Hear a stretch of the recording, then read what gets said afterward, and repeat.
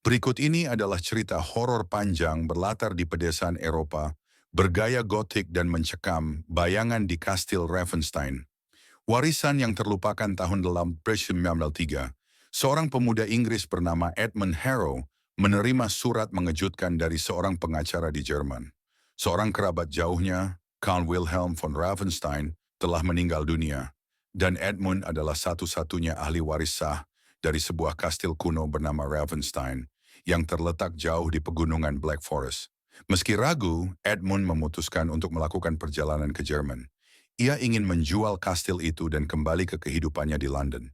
Namun, begitu ia tiba di desa kecil dekat Ravenstein, para penduduk memandangnya dengan tatapan aneh dan takut. Seorang wanita tua berbisik padanya, kastil itu bukan rumah. Itu penjara bagi sesuatu yang tidak boleh dibebaskan. Edmund mengabaikannya sebagai cerita rakyat belaka. Kastil yang terlupakan waktu Ravenstein berdiri menjulang dan kelam, dikelilingi hutan lebat yang sunyi.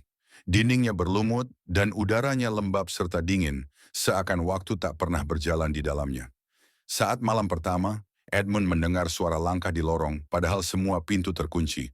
Ia juga mendengar bisikan dalam bahasa Latin, meskipun ia tahu tidak ada orang lain di sana.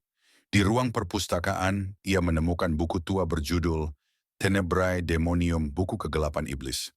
Buku itu penuh simbol-simbol aneh dan nama-nama makhluk yang tidak boleh disebut.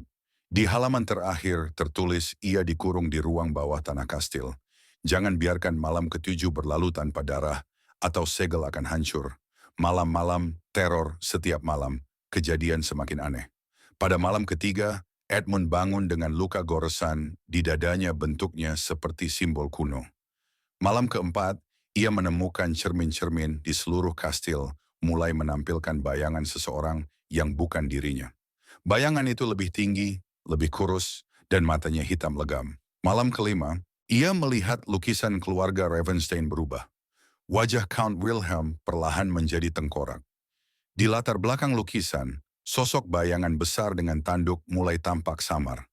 Edmund mencoba kabur ke desa, tapi jalan hutan selalu membawanya kembali ke kastil, seolah kastil tidak ingin melepaskannya. Pada malam ketujuh, badai besar mengguncang langit. Petir menyambar menara kastil, dan suara lonceng berbunyi sendiri. Di bawah kastil, Edmund menemukan pintu besi berkarat yang tertutup dengan rantai dan segel lilin merah. Tapi segelnya retak. Ketika pintu terbuka, ia melihat makhluk setinggi 2 meter, bersayap hitam robek, dan mata menyala merah. Makhluk itu bukan hanya iblis, ia adalah roh dari seluruh dosa keluarga Ravenstein, dikurung selama ratusan tahun. Makhluk itu tersenyum dan berkata dalam